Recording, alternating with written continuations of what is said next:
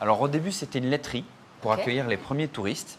Voilà. Et c'est mon arrière-grand-mère et mon arrière-grand-père qui ont entamé les travaux de construction de l'hôtel en 1895 pour ouvrir tout début 1900, en fait en 1900. Comment ça se passait là? C'était vraiment un point de passage, un C'est lieu vraiment- important? Oui, c'est une étape incontournable. C'est le cœur du cirque, mais le cœur du cirque aussi pour accéder au premier étage, au deuxième ou au troisième.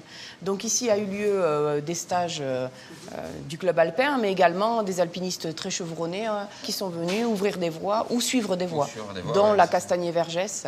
C'est ça, à la Castanier-Vergès, ça c'était Henri Castanier et Pierre Vergès, qui était mon grand-oncle, qui est juste là-bas, peint. C'est le beau, cet portrait voilà, Ouais. de gauche. Bon, il a tenu ici l'établissement 45 ans.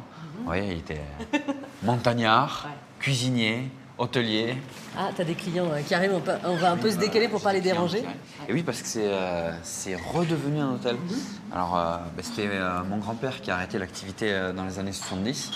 Et du coup, avec mon épouse Caroline, on a pris en 2017 le projet de redonner vie à l'hôtel comme à l'époque, quoi. Bon, j'entends tes clients qui arrivent, le café qui est en C'est train de se ça. servir. Tu nous fais visiter peut-être? Oui, Hein? je vais vous montrer le salon. Voilà, et venez voir les cascades là, les filles. Regardez un peu ça. Vous voyez toutes les cascades qui naissent. La petite sur la gauche qui maintenant, elle est énorme, elle est aussi grande que la grande cascade.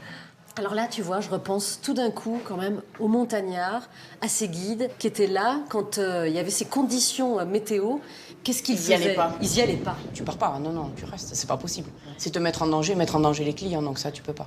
Il y a une expression connue qui dit qu'un bon montagnard est un montagnard vieux. Oui. N'est-ce pas? Oui, Ouais. c'est sûr. Et ce qu'on peut se rappeler, c'est surtout qu'aucun guide de Gavarnie n'est mort en course. Ils sont tous revenus à bon port. Si l'un d'entre eux revenait tardivement le soir, on montait une équipe de secours. Tous les guides partaient avec une bougie à la recherche du guide. Je pense notamment au guide Harouille. Tout le monde revient à bon port à Gavarnie. Et ça, vraiment, il faut le noter.